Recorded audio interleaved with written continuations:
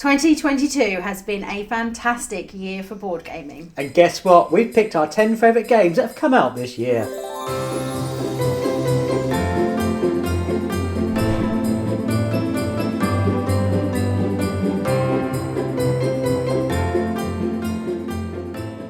Hi, I'm Julian and this is Libby and we are from BoxedMeeples.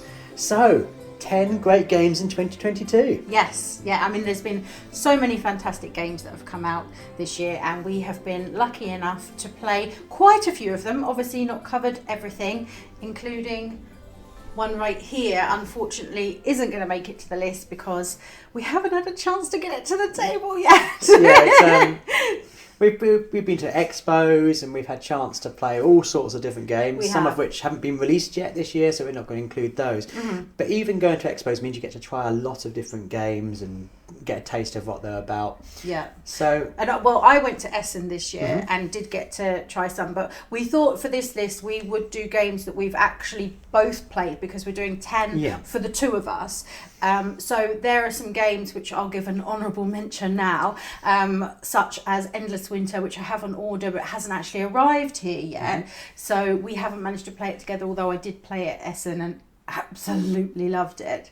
And very similar with Terracotta Army. Mm-hmm. We have a friend who actually does have the copy and we have plans to play it, but I managed to play it at Essen.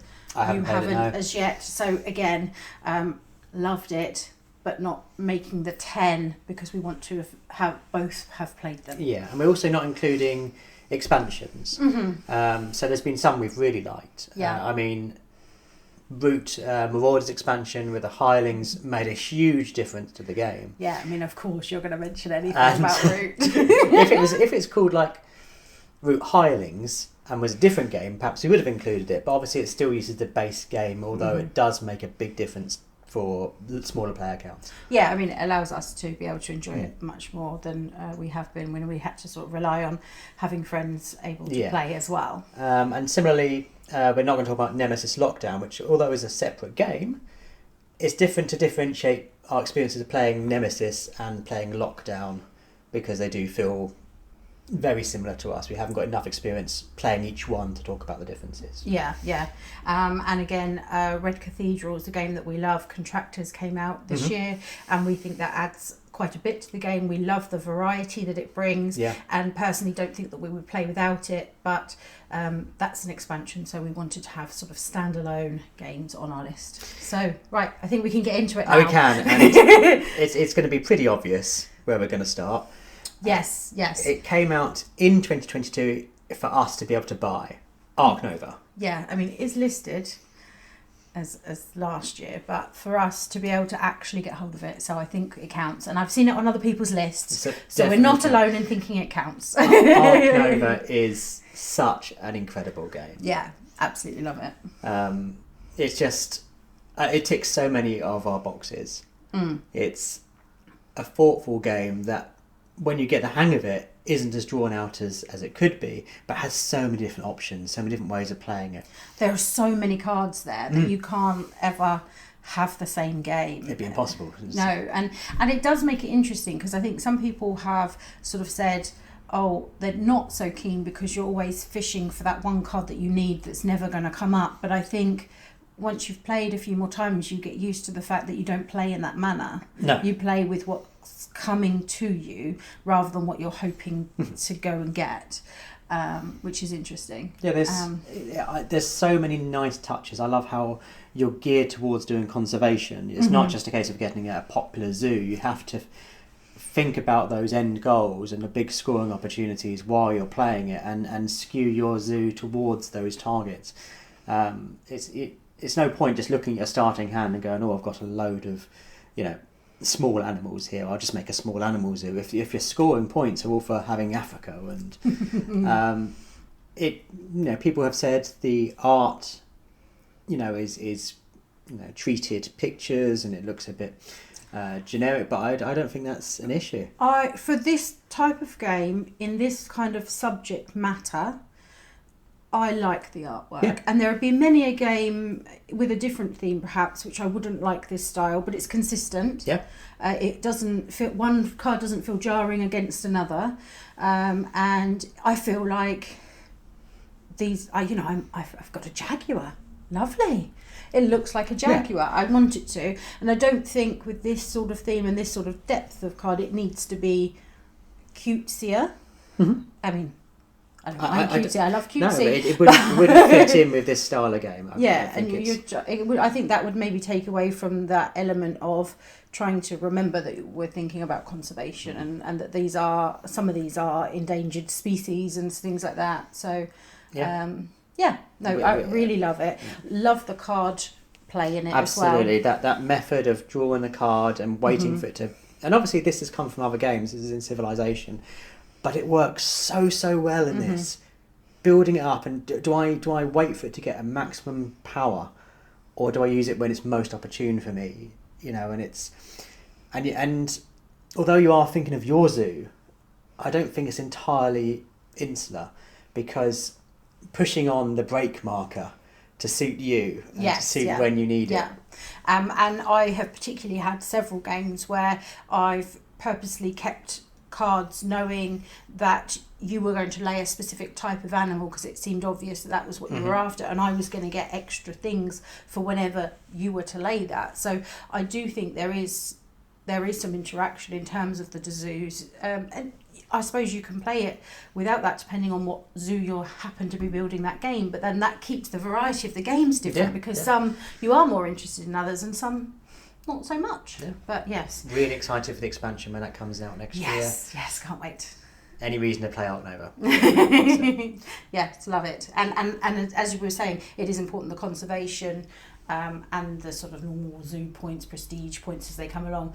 That scoring mechanism that you see in Rajas of the Ganges as well, where you have to cross over, and it's the difference between them, and forces the conservation to be thought about, as you were saying earlier, because you've got to consider both parts in order to get a good crossover.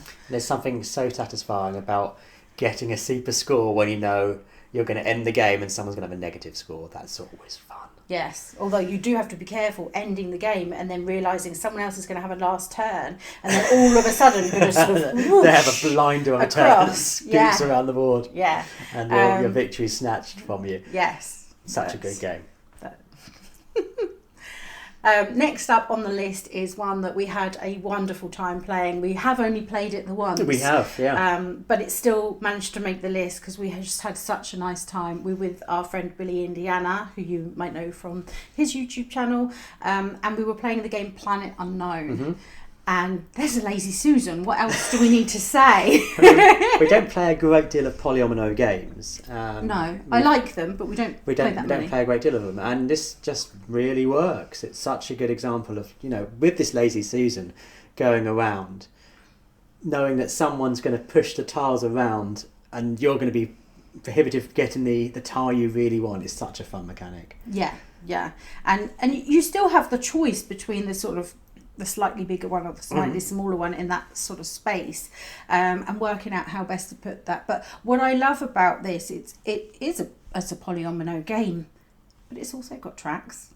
There's something else going on. It adds a bit more depth to what you would normally see from, say, like a patchwork or something, which we love, but for me feels like fillery. Whereas because this has more going on, you've got the tracks, you're moving your little rovers around, little rover, and you're doing these other things. Asteroids and there's all these things to think about. It's got more going on, so it pushes it up into out of that filler space for me. Yeah, it was the main event when we played that evening, and such a fantastic evening. And I think lovely evenings like that often elevate the games you're playing, because you do have that association with having a really great time, and therefore you had a really great time playing the game. It's a lot to do with company, perhaps. And I'd love to play it again. That's what's frustrating about not having our own copy, is that obviously Billy's on the other side of the country, well, the other side of the world, in fact. He's in Los Angeles, so we can't just say, do you want to meet up and play another game? I'd love to play it again, because I did terribly when I played it. I haven't seen it that readily available here just yet, but I think that it will be soon, so I think it's one that we're going to have our eye on for sure. Yeah, I'm very keen to play it again. Yeah, and that's always a good sign, isn't it? And what's also great about this game is that we actually managed to play it with quite a few people around the table. I believe there were 6 of us. And sometimes having a game that does go to that higher player count, when you've got just more than two people coming over, it really does give us another option of times that we can play that. And I know that the 2-player worked quite well as well, because Billy had played that with his wife, and it worked slightly differently, but they enjoyed that as well. So great. Yeah, it's definitely one I want to play. But one we have been playing a lot with a bigger player count is a game that not as many people talk about as I expected to. First Rat. And we first played this at the UK Games Expo. Absolutely loved it straight away. Bought it straight away. Actually, I think we had it was the Saturday by the time I'd finished work. Yes. And we played it and brought it, and there were like 2 copies left. Well, everyone around the table bought a copy. It's a simple, elegant game. That's what's great about it. It's easy to explain. It hasn't had a great theme. I love the theme of this. Who can't love that the rats want to try to get to the moon because they think it's made of cheese? I mean, that is just so adorable a story that you can't not fall in love at the get-go. Yeah. And that they're trying to get to the moon using lemon juice and baking soda. They're never going to get there. It's not going to work. And even if they did get there, like, what's going to happen when they eat the moon? How are they going to get back? Exactly. They're going to run out of food at some point. Silly rats. Silly rats. I love the fact they even trade in cheese to try to make their rocket to get to the moon made of cheese. Yes. Just stick with the cheese you've got. You're doing well. It's fine. But it's a game, and what's brilliant about it is, and when we introduce it to people, they initially seem a bit hesitant because it looks a bit snakes and laddery. You know, you're going up a track and then you can go shortcuts. But it's devoid of luck. It's more dependent on where your opponents have gone, dictate what you can do. But even then, it's when do I turn back? Do I steal from the shop to go back to the beginning, or do I just keep on going? Do I focus on turning on all the lights? Do I want to get myself in a rocket? Yeah. Yeah. Or am I going to try and do some other stuff? Yeah, I've seen people just try to go all the way up to the top of the board with as many rats as possible. I've seen people focusing on building the rocket, and I've seen people just enjoying going around the burrow and building up points that way. Yeah. It's really versatile. It is. And what's good is it's quick. And it's also quite accessible, I think. It's not difficult mechanics, but it's fun and enjoyable, and it still feels gamey. It doesn't feel like so lightweight that it's not giving you enough bite. It is, because there's no luck, but it's also easy to teach someone new. And it's been asked for, so people who don't have this game say, "Oh, can you bring that first rat again? Because I want to play it again." So I always find kind of demand and requesting games is an indication of how popular it is. Yeah. No, it's adorable. We really, really love it. Yeah. And next up, I was so pleased to be able to have a chat with the designer Peter whilst I was at Essen, and we absolutely adore this game, Starship Captains. Yeah. So I got to play this for the first time at the Games Expo because we'd arranged an appointment with Peter. Yeah. And yeah, we've talked about it before, but you were going to go off and have some of your own time looking at the games you were particularly interested in, but never got to. No, I was just so intrigued in this game. I was happy to sit there and watch them play it and basically mock Julian's strategies, which didn't work out too well. So it was quite entertaining. I've been talking to Peter a lot about how we can make my strategy work, and even the game designer's like, it's not going to happen. We've played it so much since. We've played it with big, 4 players. We play it with 2 players. If anything, I wish it went bigger so more people can play it simultaneously. I'd love to have 6 ships on the board and things, but it's obviously not designed for that. But you can explain it quickly. Yeah. It's tactical and deep in a way that initially doesn't come across. And it's only when I think people... Because last week, in fact, we played it and we were just adjudicators. Yes, yeah. So there were people playing in teams. And you could see it just kind of by watching people play a game you really know, when it clicks and when the penny kind of drops. Now, it's always after the first round. And then people are going, oh, if I'd upgraded my ship with that card first round, I would have more points than doing this in the second round. Or what I love is when people don't fix their ship. and you're just watching the damage come in, and you're thinking at some point you're going to want to pick something up and it's not going to fit in that cargo hold. You're driving your wreck of a spaceship back at the end of the game, and you're losing so many points for saying, well, I've done good stuff. Yeah, but you've destroyed the ship in the process. But it's interesting that when we played then, everyone was quite seasoned gamers, and still they all went down different strategies and into it. And some people were sort of only after the really high scoring missions, or some people were really trying to sync up the cards and make everything work together and really get an engine working. And for others that wasn't so easy, so then they have gone down another tactic. So it was really interesting. We've played it lots now, and it's a one that keeps just. We've talked about comfort games in the past. We know it so well. We can get at the table. We know we're going to have a great time playing it. And it's such a gem of a game. I mean, the theme really resonates, and I feel like I love the sort of styling within that theme. I think sometimes the spacey games can be quite hardcore, but this is a little bit tongue in cheek. It's a little bit sort of lighter and a bit funner and sillier. Like when you read some of the stuff on the cards, you can have a little chuckle as you're doing it, and that just makes it so nice to play. It feels joyous when you play it. Well, the only byproduct of this, the only bad thing about it is it's making us play Arnak less, Lost Winds of Arnak. Because when we used to go to just let's play some Arnak, it's now fancy a quick game of. But they're both Czech Game Edition, so whatever comes next from Czech's Game Edition, I'm very keen to see what's on the horizon from them. Yeah. But another game we've been playing quite a lot of was a game I kickstarted. You did? And often, the Kickstarter arrives and you're happy with it, but you think, I hoped it'd be more. This wasn't the case with this. I mean, it depends what you kickstart sometimes. with Wild Serengeti, when I got that box, it was an absolute joy. Just from having all the wooden meeples, the art in it's spectacular, the table presence is incredible, but it's such a good game.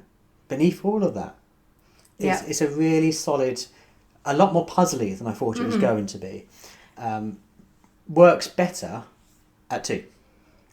I find the bigger the player count, the harder it is to make strategic planning, because you're depending on animals being in a certain place, and the more players that are playing, the more those move around beyond your control. So I think it works really well as this kind of dual game. Do you know my favourite moments are when you have the stampede or the migration. The migration, that's it.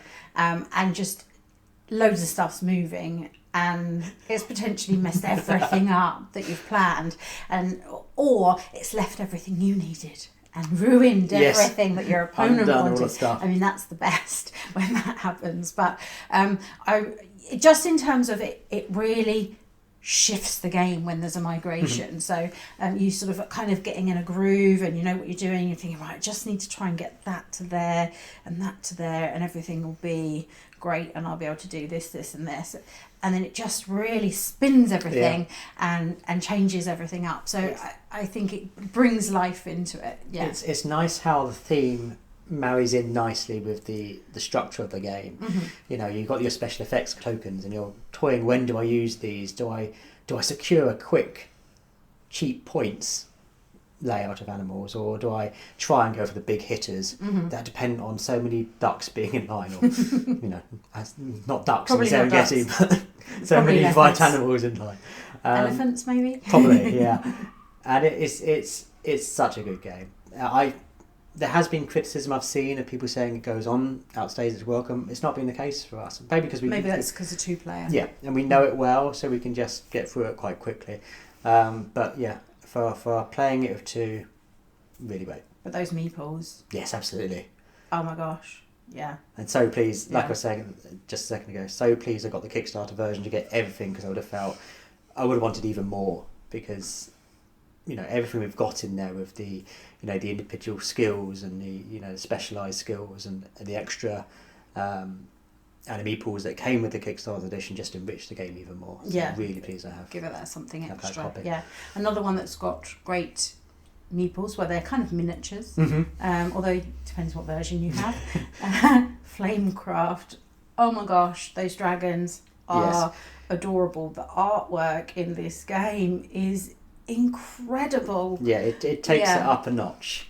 Like Wild Serengeti, what's there is a good game, but with this incredible art, it's really knocked up higher. Yeah, it really brings that theme, which is just super cute anyway. Just brings it to life, and when you think that you've got your little dragon who's making steak or baking bread or doing whatever they're doing, it's just adorable. But yeah, we love like all the different shops that are coming out, where you're going. And one of the things that you were saying to someone we were speaking about so highly about the game previously is that actually all the actions you do are actually benefiting everyone at the table, and that's really nice. And it doesn't feel against, but you're almost kind of like racing to get there, so you don't have to pay the extra bit, but everyone can still go there, so you're not blocking anyone out. That's what's good is there is a benefit to getting in ahead of people, not having to pay that toll,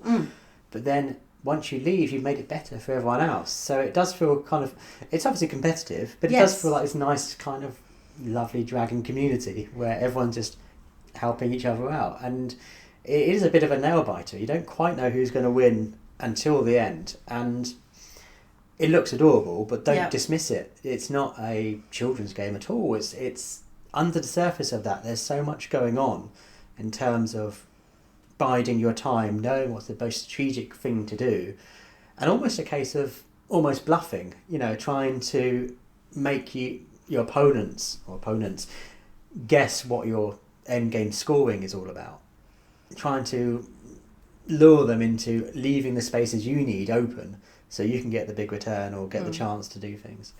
But yeah, love it. Yeah, really, really lovely. I can't wait to...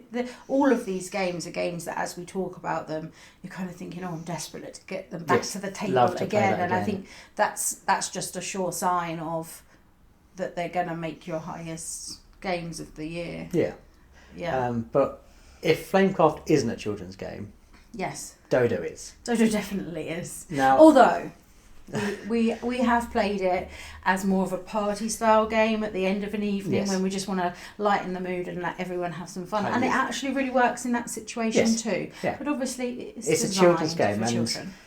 I think it deserves to be on a best game of 2022 list because for that target audience, it's absolutely superb.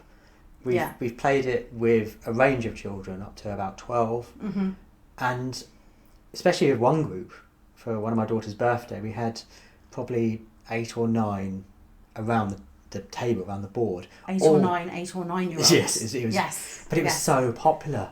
And they were chanting and shouting and... they were just getting so excited that they're sort of jumping up and down. Banging the table, and it's like, the egg's moving. And if you don't know the game, it's so simple. You're just turning over cards to find a match to turning over tokens to find a match to the dice, and that allows you to place out things on a structure to save the egg. Yes, a wibbly wobbly egg, which is science-defying, magical, strange thing that just kind of moves super fast sometimes, super slow, and you think that it's stopped at other times, and it can go really quickly, and it almost ends up, every time we played it, unconsciously just ended up like an egg spotter. The egg's there, you've got to move quicker, and there's that almost relief where you put another layer in and the egg's got a bit longer to go around. You've got time. Take a quick breather, but not too long, because that egg's going to move suddenly really quickly, and you can't predict it. It has that panic-inducing thing that all of those kind of like real-time style games has, that just gets everyone super hyped up, and I think that's what like brings the joy of that, and that idea that if you fail, you do always feel the species is going to go extinct. So that guilt. You do always feel responsible for saving the dodos. And every time we've played it with the right group of people, absolutely been brilliant. But I think it's one of those games that's like an all-rounder for families, like for parties, for this sort of festive time of year. It's one that you can pull out with non-gamers, very young ones. In fact, we've played it with someone who was less than 2, and although he's not really got the whole concept of it, he was still enjoying taking part and turning over and things. So It's just a real all-rounder that's fun for anyone. Brilliant game. And it's not as complex as Ark Nova or Planets Unknown, but it shouldn't be. The beauty of it is you can explain it in minutes, and every time we played it, we've had another game straight away. Success or failure, we'll play it again. Let's play it again. And it's not one that we would necessarily pull out just as a couple. We definitely wouldn't. It is more party style, or when there are younger people in the household. But it's just a game that's brought so much laughter and joy into the house this year. So it's worthy, I think, to be on the list. Absolutely. Yeah. Next up, one that we have played just us, and we are absolutely loving, is Marvel Dice Throne. Yes, so Dice Throne's existed for a while. It's been on our radar because lots of the YouTube channels we enjoy have talked about it a lot. Yes, yeah. But it wasn't until Marvel that came out that there was like, we'll give this a go. Well. This looks great, and we're really, really loving exploring the different abilities of the different characters. I love that each character does something different, so you feel like you can learn a new character when you're sort of getting into it. You're starting and try and find who your favourite is, and I think it's good how they kind of fit in with their character. Playing against Loki is annoying, and it should be, and that's exactly the way it should feel. Exactly. Because you don't, and when you're playing, you don't know how it's going to be manipulated by Loki. And what might be a killer move turns out to be a killer move against you, and it's like, Loki! And obviously Thor's throwing his hammer and doing all of that, and Spider-Man's the webbing up of people is great fun. Everyone's really thematic, and it looks brilliant, the artwork in that really brings the vibes in. I love that everyone's got their sort of individual symbols on the dice, and it feels like you can always do something. Yes, it's not okay. You don't really have bad rolls. You have less good rolls. Yeah. But you always can do an attack or something interesting. Yeah. There's times when you think, having now made the next roll, I wish I'd saved those other dice because I would have been able to do that one. But yeah, we've had a lot of fun, and it's one that we've been able to play sort of 3 and 4 and just the 2 of us. So that's great, and I think we will continue to complete that collection. Yes, I think we're going to get more Marvel, certainly. Yeah. Because we've played the base game quite a lot now, and it'd be nice to have new characters and see how they interact with the characters we know. Yeah. And also, because we do know it quite well, when we're playing with new people, it would be just a bit unfair if we go, I'll just take Thor because I know I'm good with him. So it'd be nice to have ones with less. And I mean, Doctor Strange looks absolutely bonkers. The way he plays from the bits I've seen, so I'm keen to see how that works. Yeah. But yeah, great fun game, and one that the trays as well, because they're just each character just in a tray, just so easy to get out and get to the table, or even take somewhere with you to kind of you're going to be waiting around for a little bit of space. Open the box, pop, let's play. Yeah, so easy. Yeah. So another game we played at the UK Games Expo was Encyclopedia. And absolutely loved it. When you sit down at a table, and a few turns in, you're like, this is good. Yeah. This is lovely. Mainly because I won. Well, yeah. I wasn't a high scorer at the expo. No, you weren't. But I scored enough to beat you at it, which is always a good sign. But it's an elegant game. I think is a nice way to describe it. It's so appropriate to its theme. In the way that Wingspan, the artwork and everything really works with what you're doing, and that sort of idea of sort of bird sanctuaries in different areas, the art really fits with that. I feel like the art here really works with it. You do feel like they're coming out of pages of an encyclopedia. And it's interesting because there's sort of different stages to it. So you're sort of got to sort of collect your different animals, and you're hoping that they're going to somehow marry up, whether they're from the same area, whether they're from the same sort of species, but from different places, so that when you do come to write your sort of papers and everything about them, you'll be able to sort of compare and contrast things that have similarities, and that's where you're getting your points from. So it is interesting, the sort of stages of... Yeah, I love the dice in it. That's the highlight for me. How you have... Normally in a game you have your own dice. Yeah. And in this, yes, you want to use your dice to the benefit of you, but also, more importantly, you want to have the dice other people need. because when they're taking your dice, you're benefiting. Yeah, that idea that I can just go, oh, I just really like that 6 over there. I think I'll have your one. Thank you very much. Is so unusual in a game. And normally, as you say, you roll and then that's what you've got to use. But you're placing those dice out so that if someone takes the thing from you, they're going to have to work out whether they're going to get that dice for free or whether they're going to have to pay you something for it. So you're working out the costs of them depending on what you've managed to roll. What do you want to use and are hoping someone else won't take? Where they position theirs that you're happy to maybe pay them resources or something in order to be able to go and use or not. Yeah, that's quite a puzzle there. That's really interesting. It's a dice pool that you have control of a little bit, but there's all these dice for consideration. I think that's so good and so clever. Yeah. So it's another one where we played it and it's like, oh, I'd like to play that again, but haven't had a chance to. Yes, yeah. Very keen to. It's not readily available here in the UK just yet. I think it's probably due out next month from things that I've seen. I've been keeping my eye on it or anything. So yeah, obviously we found out about it way after the Kickstarter had finished. So we're now waiting for that retail copy to be able to get our hands on it. And I'm pretty sure as soon as it goes to retail, we'll be hoovering up our own copy. Absolutely, yeah, absolutely fantastic. Just really loved it, and just the resources were great. Just everything was lovely. Just right up my street, that one. So the biggest game of 2022 is going to be big, meaning literally. If it's not Frosthaven, which we've not had a chance to get hold of in the UK. No, that hasn't delivered here, so I think physically the biggest one now has to be Foundations of Rome. That's a huge beast of a game, and but again, it's because of those trays. Much like Marvel Dice Foam, you just have a tray and you're ready to go. In this, you're drawing out a tray. Let's build Rome. And that is so helpful because whenever you do place the buildings and stuff from there, it tells you what you're getting and your income and everything. The trays are just great. And I think the reason this game is on our list again is much like Planet Unknown that we were playing with Billy. We were playing this one with a great group of friends that we don't always get to sort of all get together for. And that excitement of someone who's got a new game that's just come that they're desperate to play. But I was really surprised by it. I didn't think that this was going to be my sort of game, which I think we've discussed before. Yeah. And absolutely really loved it. Yeah. It wasn't what I anticipated the game being. I thought it was going to be more conflict-y, Roman. You think of Roman times, you think of wars and conflicts and expansion.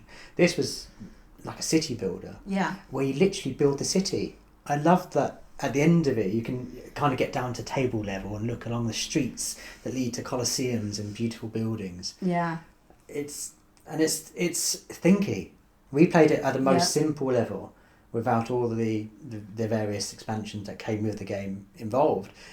But it is a case of, if I build there, that's going to help me with my end of game goals or the immediate round goals. But I know also that's going to help you out. Is that worth me doing because that might push you further ahead, or do I buy my time and get the expensive cards that are going to help me, or do I just wait until they get cheaper and then maybe they won't be snapped up by someone else? Yeah, I mean that card selection was really a fun part for me, or sometimes really tricky. But just watching it get round the table and thinking, don't take my card, don't take my card, please don't take my card. Someone took your card, didn't they? They definitely did. Yes, you did. And because you're just hoping to be able to get that next spot to be able to place down one of your buildings, and the placement of the buildings is so important in terms of when you start scoring, because is it next to a commercial building? Is it next to a different type of building? How many things has it got surrounding it as to how many points you're going to get? You've really got to think of all these different elements and how they kind of come together. And where is your income coming from? Yeah, absolutely. When to take your income is key, so you don't miss out on some of these things. But yeah, really, really enjoyed it. And it looks, as you said, so those good. Buildings look beautiful. It wouldn't be the same game if it'd be smaller, obviously, but it wouldn't be the same game if you're laying out little tiles without the structures themselves. Not at all. No. It's a game that's elevated by having miniatures, although the foundations of Rome are solid. So it's been another good one.